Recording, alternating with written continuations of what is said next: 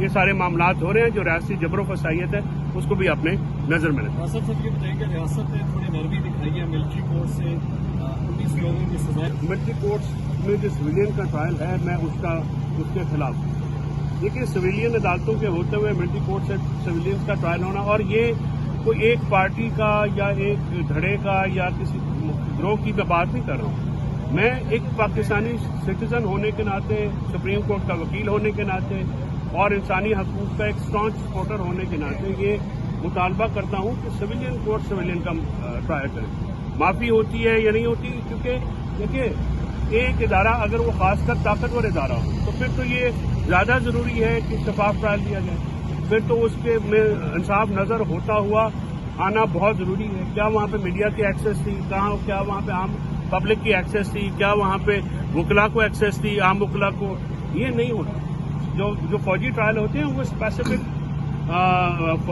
خاص کر جو فیلڈ کورٹ مارشل جنرل کی جو پروسیڈنگز ہوتی ہیں وہ یونیفارم آفیسران کے خلاف ہوتی ہیں. وہ جو سبجیکٹ ٹو آرمی ایکٹ ہے ان کے اوپر وہ اطلاق ہوتا ہے. عام شہریوں کے اوپر, خاص کر وہ شہری جو کہ کسی دہشت گرد تنظیم کے ساتھ ملوث نہیں ہے یا سیاسی جماعت کے ساتھ اگر ملوث ہے تو پھر تو ان کا عام سویلین کورٹس میں ٹرائل ہونا ہی مناسب ہے. آپ کو یاد ہوگا 2015 میں جب یہ APS کا واقعہ ہوا تو اس کے بعد ایک آئینی ترمیم کی گئی.